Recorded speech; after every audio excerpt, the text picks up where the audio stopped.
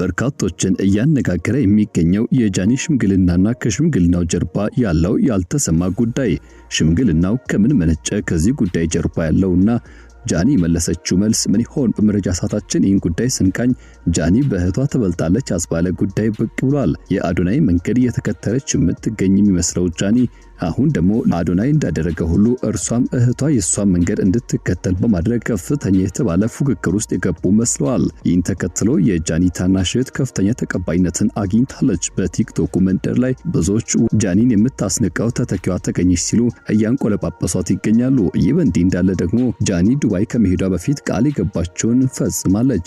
ምን ይሆን ቃል የገባችው? የተፈጸመው ቃልስ ምንድነው? መረጃ ሰዓታችን ይህን ጉዳይ እንቃኛለን። እስከ ፍጻሜው አብራችሁን ቆይታ እንድታደርጉ በአክብሮት የጋበዝን። ወደ ዝርዝሩ ገባን። አብራችሁን ቆዩ። ይህ ኢትዮ ግሎባል 360 ኒውስ ነው። ውድ ቤተሰቦቻችን ለቻናላችን አዲስ ከሆናችሁ ሰብስክራይብ፣ ቪዲዮን ከወደዳችሁ ደግሞ ላይክ፣ ሼር እንድታደርጉ የጋበዝን። ወደ ዝርዝሩ ተሻገርን።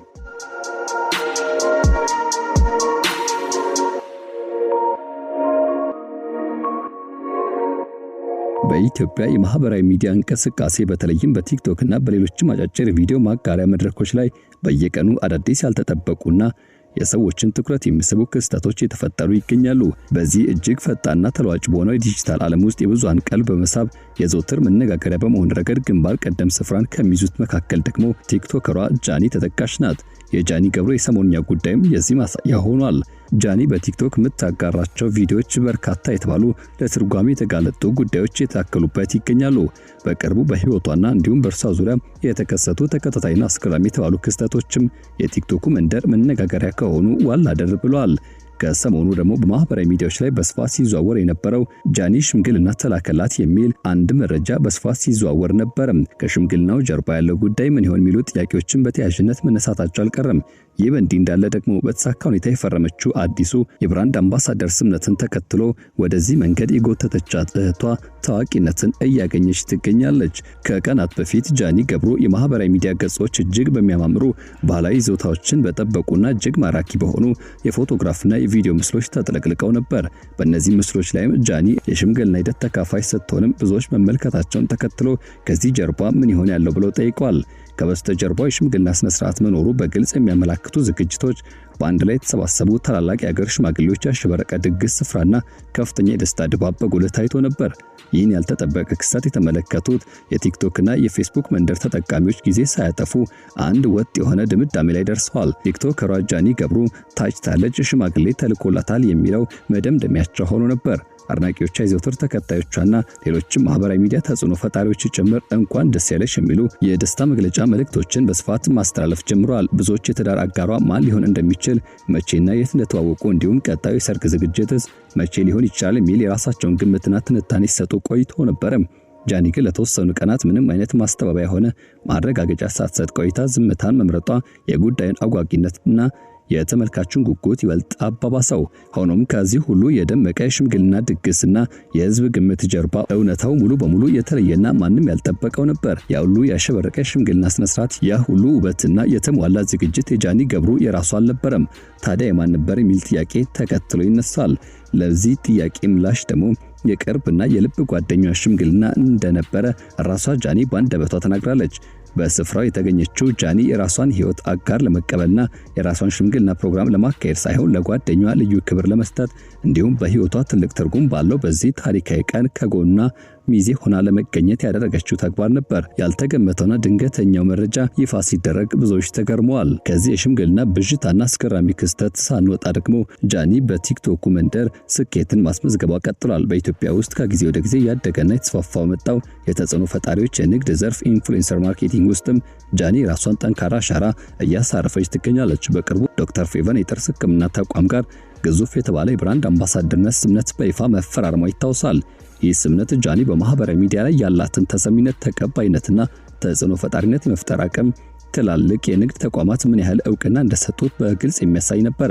ጃኒ ይህንን ትልቅ የብራንድ አምባሳደርነት ስምነት በተፈራረመችበት ወቅትም ለቤተሰቧ ያላትን ጥልቅ ፍቅርና አሳቢነት በሚያሳይ መልኩ ታናሽ እህቷን ወደዚህ ሕክምና ተቋም በማምጣትም የተቋሙን ዘመናዊ የጥርስ ሕክምና አገልግሎት እንድታገኝ አድርጋለች። ይህ ድርጊቷ የሥራ ስኬቷን ከቤተሰቧ ጋር ለማስተሳሰር የሞከረችው ሙከራ ተደርጎ እንዲታሰብ አድርጓል። የዚህች ታናሽ እህቷ ጉዳይ ደግሞ በሕክምና አገልግሎቱ ብቻ ያበቃ አልነበረም። ይልቁንም የቲክቶክ መንደር በአዲስ መልክ የብዙዎችን ትኩረት በሳቡ ትልልቅ ክስተቶች ውስጥ የተሞላ ሆኗል። የጃኒ ታናሽ እህት የታላቋን መንገድ በመከተል እግሯን ወደ ቲክቶክ መንደር በሰፊውና በድፍረት አስገብታለች። የቲክቶክ መድረክም እርሷን የተቀበላ ሲሆን በአጭር ጊዜ ውስጥ የብዙዎችን ትኩረት በመሳብና ተቀባይነት ማግኘት ትችላለች። ለጃኒ እህት ግን ነገሩ እጅግ የተለየና የተሳካ አድርጎላታል። በአጭር ጊዜ ውስጥም በሚገርም ፍጥነት እጅግ ከፍተኛ ቁጥር ያላቸው ተከታይ ማፍራት የቻለች ሲሆን የምትለቃቸው አጫጭር ቪዲዮዎችም በርካታ እይታ ያገኙላት ይገኛሉ።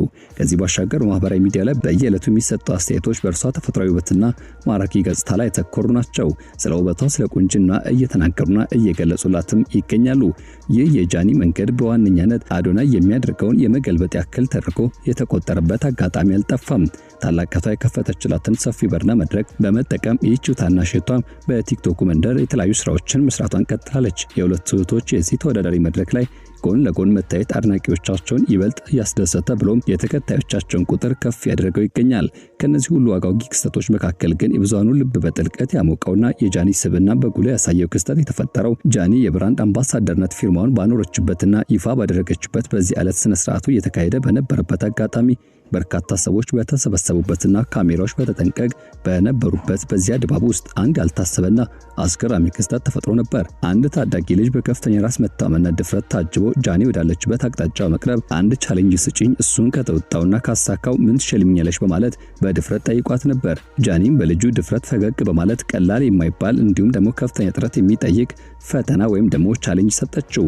ይህ አሁን የምንቀርጸው ቪዲዮ በቲክቶክ ተለቆ ከ100,000 ላይክ በላይ ካገኘ አይፎን 30 ፕሮ ማክስ ስልክ እሸልማለሁ በማለት በዚያው ፊት ቃል ገብታ ነበር። ታዳጊው ፈተናው ሙሉ በሙሉ በመቀበል ቪዲዮን በማህበራዊ ሚዲያ ካጋራ በኋላ በርካቶች ተቀባይነት አግኝተው ይሄውን ቪዲዮ ከተባለው ወይም ደግሞ ከተሰጠው ጊዜ ባጠረ መልኩ 100,000 ላይክ ማግኘት ይችላል። ይህን ተከትሎ ታዲያ ጃኒ ገብሩ በዚህ አጋጣሚ ዱባይ ብትሄድም ከዱባይ ስትመለስ ግን ይህን ቃል የገባችውን የአይፎን 30 ፕሮ ማክስ ስልክ ስጦታን አበርክታለታለች። በማህበራዊ ሚዲያ ላይ የሚገቡ ቃሎች ብዙ ጊዜ ወደ ተግባር ሲቀየሩ ስለማይታዩ የሰዎች ጥርጣሬ መሰረት ነበረው። ሆኖም ግን ጃኒ ገብሩ ይህን በማድረጓም ብዙዎች ያወደሷትና እያሞካሿት ይገኛሉ።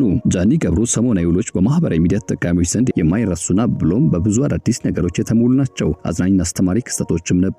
ከልብ ጓደኛዋ ሽምግልና ስነ ስርዓት ጀምሮ የተፈጠረው አጓጊ ብዥታ፣ በብራንድ አምባሳደርነት የተፈራረመችበት ስምነትና የቲክቶክ መንደር በአዲስ ውበት መለኪያ ያነጋገረች የምትገኘው ታናሽ እህቷ መምጣት፣ ከሁሉም በላይ ደግሞ ለታዳጊው ልጅ ቃሏን ጠብቃ ያበረከተችው የ100,000 ላይክ ውድ ሽልማት የጃኒን ህይወት ምን ያክል ተለዋጭ እንደሆነ በግልጽ ያሳየ ተብሎ እንዲታሰብ አድርጓል። ውድ ቤተሰቦቻችን የኢትዮ ግሎባል 360 ኒውስ ነው። ለቻናላችን አዲስ ከሆናችሁ ሰብስክራይብ፣ ቪዲዮን ከወደዳችሁ ደግሞ ላይክ፣ ሼር ማድረግ እንድታበረታቱን እየጠየቅን የዛሬን በዚህ ቋጨን። በሌላ መረጃ መልሰን እስከምንገናኝ በያላችሁበት ጥሩ መልካም ጊዜ እንመኛለን።